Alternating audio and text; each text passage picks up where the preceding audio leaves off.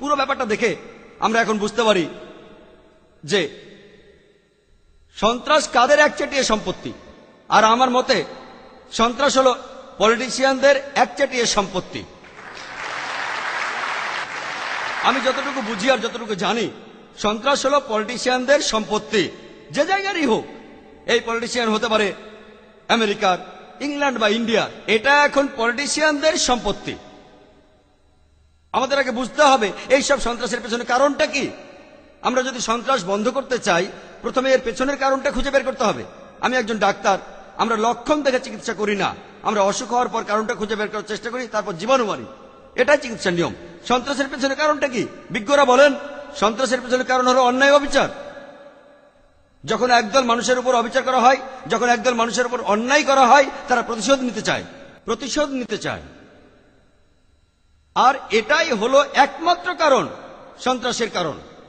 আর আমরাও দেখতে পাবো যে হোক সেটা 9/11 সেই টুইন টাওয়ারের দুর্ঘটনা নিউ ইয়র্কে, হোক সেটা 7 জুলাইয়ের লন্ডনে সেই বোমা বিস্ফোরণ, অথবা 93 বোম্বের সেই সিরিয়াল বোম ব্লাস্ট, অথবা 11 জুলাইয়ের সেই বিস্ফোরণ, অথবা হোক সেটা নিরীহ মানুষকে হত্যা করা আফগানিস্তানে, ইরাকে, গুজরাটে আর বসনিয়ায়, হোক সেটা প্যালেস্টাইনে, লেবাননে, দেখতে পাবো এইসবের পেছনে কলকাঠি নাড়ছে সেই পলিটিশিয়ানরা। যখন লন্ডনে ছিলাম তখন আমি ভাবছিলাম কেন এই 21 জন মুসলিমকে অ্যারেস্ট করা হয়েছে। সরকার বলল তারা নাকি কয়েক মাস ধরে এদের উপর নজর রাখছিল। কিছু লোকের সাথে আমার কথা হয়েছে যারা এই লোকগুলোকে ভালোভাবে চিনত, তারা বলছে অসম্ভব, তারা কখনোই এমন ছিল না। তখন দেখা গেল লোকজন অপেক্ষা করছে কখন এই খবরটা তারা জানতে পারবে। সেই সময় ইসরায়েল লেবাননে আক্রমণ করছিল, হাজার হাজার মানুষ মারা যাচ্ছে, ইংল্যান্ডে এটা নিয়ে বিক্ষোভ হচ্ছিল। তখন মনোযোগটা ঘুরিয়ে দেওয়া হলো। 21 জন মুসলমান বোমা মারতে যাচ্ছিল, এয়ারলাইন্সে অ্যারেস্ট করা হলো, অনেক বড় খবর। তাই লোকজন ভুলে গেল লেবাননে হাজার হাজার মানুষ মারা যাচ্ছে। এই ঘটনা ইন্ডিয়াতে কার্গিল, পলিটিশিয়ানদের কোনো সমস্যা হচ্ছে কার্গিলের কথা বলো, শত্রুর কথা বলো পাকিস্তান, মনোযোগ সরানো, পলিটিক্স। হোক সেটা আমেরিকায়, হোক ইংল্যান্ডে অথবা ইন্ডিয়ায়, আসল কারণটা হলো পলিটিশিয়ানরা। আমরা জানি এই দেশে প্রায় 60 বছর আগে ব্রিটিশরা আমাদের শাসন করত, আর তাদের পলিসি ছিল ডিভাইড অ্যান্ড রুল। 60 বছর আগে আমরা ব্রিটিশদের কাছ থেকে স্বাধীন হয়েছি, কিন্তু দুর্ভাগ্যের কথা তারা চলে গেছে, কিন্তু তাদের পলিসি এখনো রয়ে গেছে। আর আমাদের ইন্ডিয়ান পলিটিশিয়ানরা তারাও এই পলিসিটাকেই প্রয়োগ করছে। তারা এই পলিসিটাকে প্রয়োগ করছে ভোট ব্যাংকের জন্য। রেকর্ড থেকে আমরা জানতে পারি যে পৃথিবীতে সবচেয়ে বেশি সাম্প্রদায়িক দাঙ্গা হয় যে দেশটাতে, সেটা হলো ইন্ডিয়া। প্রতিদিন না হলেও প্রতি সপ্তাহে অন্তত একটা সাম্প্রদায়িক দাঙ্গা হয় আমাদের এই মহান দেশে। অনেকগুলি মহান ধর্ম আছে, সবচেয়ে বেশি সাম্প্রদায়িক দাঙ্গা, আর এর বেশিরভাগের কারণটা হলো প্রত্যক্ষ বা পরোক্ষভাবে পলিটিশিয়ানরা। ভোট ব্যাংকের জন্য, ক্ষমতার জন্য, টাকার জন্য তারাই এগুলো তৈরি করে। এছাড়া সাধারণভাবে অমুসলিমদের সাথে আমার কথা হয়, কারণ এটাই আমার পেশা, আমার জীবিকা। আমি বিভিন্ন ধর্মের একজন ছাত্র, অনেক মানুষের সাথে আমার কথা হয়। প্রায় ক্ষেত্রেই সাধারণ ইন্ডিয়ানরা, হোক সে হিন্দু বা মুসলমান, প্রায় সবাই একসাথে মিলেমিশে বসবাস করতে চায়, সবাই একসাথে শান্তিতে বসবাস করতে চায়। আমাদের অমিলগুলো না হয় থাকুক, আমরা যুদ্ধ চাই না, কিন্তু এই পলিটিশিয়ানরা আর এই পলিটিশিয়ানরাই বিভিন্ন ধর্মের মানুষের মধ্যে শত্রুভাবাপন্ন সম্পর্ক তৈরি করছে, যাতে করে তাদের ভোট ব্যাংক ঠিক থাকে। আর আপনারা দেখবেন যে প্রায় সবগুলো রায়টেই প্রত্যক্ষ বা পরোক্ষভাবে তারাই পেছনে রয়েছে। আমরা জানি যে কয়েক বছর আগে একটা রাজনৈতিক গুজব ছিল বাবরি মসজিদ আর রামের জন্মভূমি নিয়ে। আপনারা এই ঘটনার কথা শুনেছেন অযোধ্যায়। আমার প্রশ্ন হলো, আমাদের হিন্দু মুসলমানদের মধ্যে কতজন আমরা এই বাবরি মসজিদ আর রাম জন্মভূমির কথা জানতাম?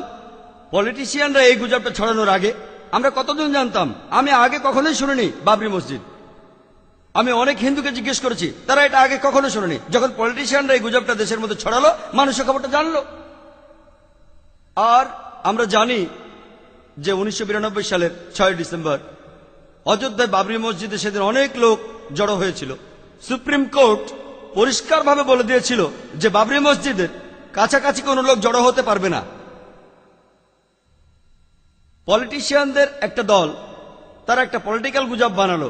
গুজবটা রামের জন্মভূমি আর বাবরি মসজিদ নিয়ে। 6 ডিসেম্বর লোকজন সেখানে জড়ো হলো।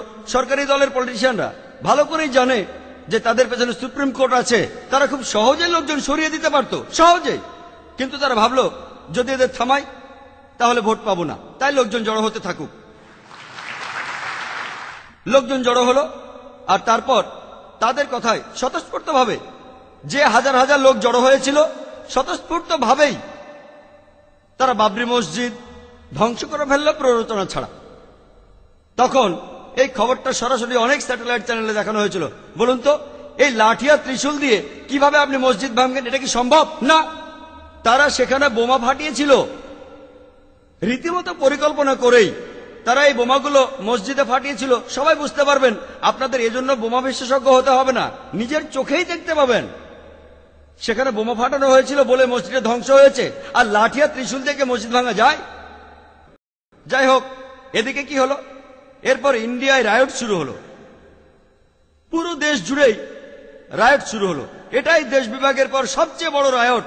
আর পুরো দেশ জুড়ে হাজার হাজার নিরীহ মানুষ মারা গেছে, বেশিরভাগই তার মুসলমান। কাকে দোষ দেবেন? ইন্ডিয়ান সাধারণ মানুষকে প্ররোচিত করেছে পলিটিশিয়ানরাই। লড়ো, অন্য ধর্মের মানুষদের মেরে ফেলো। সাধারণ মানুষ প্ররোচিত হচ্ছে আর পলিটিশিয়ানদের হাতের পুতুল হচ্ছে। আমরা জানি যে বোম্বেতেও তখন সবচেয়ে বেশি ক্ষতিগ্রস্ত হয়েছিল বোম্বে।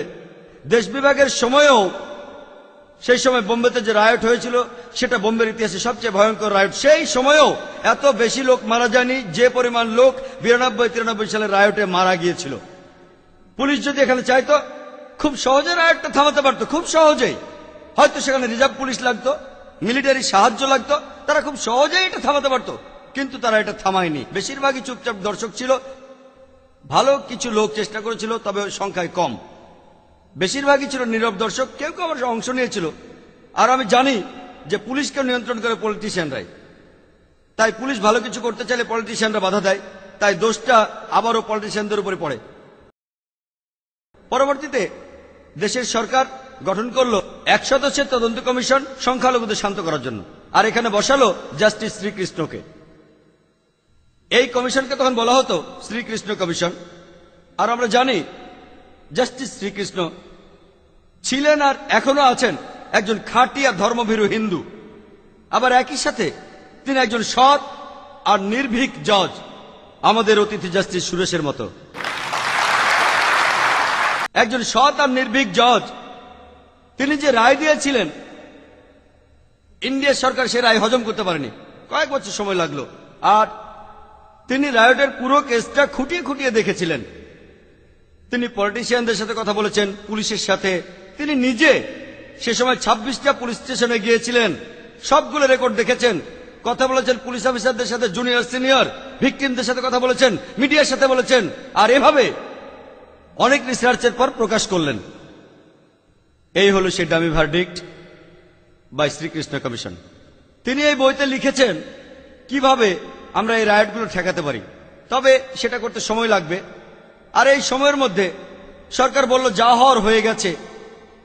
তারা জানতো যে যদি তারা রিপোর্ট অনুযায়ী কাজ করে তাহলে হয়তো ভোট ব্যাংকটা হারাবে। প্রথমে সংখ্যালঘুদের শান্ত করার জন্য তারা একটা কমিশন বানালো।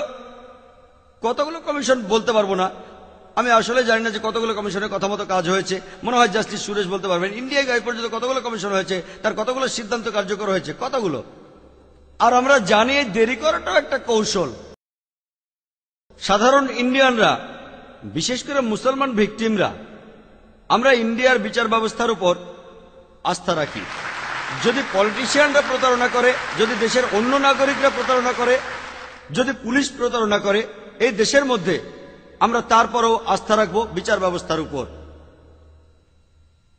আর আমরা জানি যে যাদেরকে অ্যারেস্ট করা হয়েছে তাদের বেশিরভাগকেই ছেড়ে দেওয়া হয়েছে, কিন্তু তাদের যে ক্ষতি হলো সেটা আর ফেরানো যাবে না।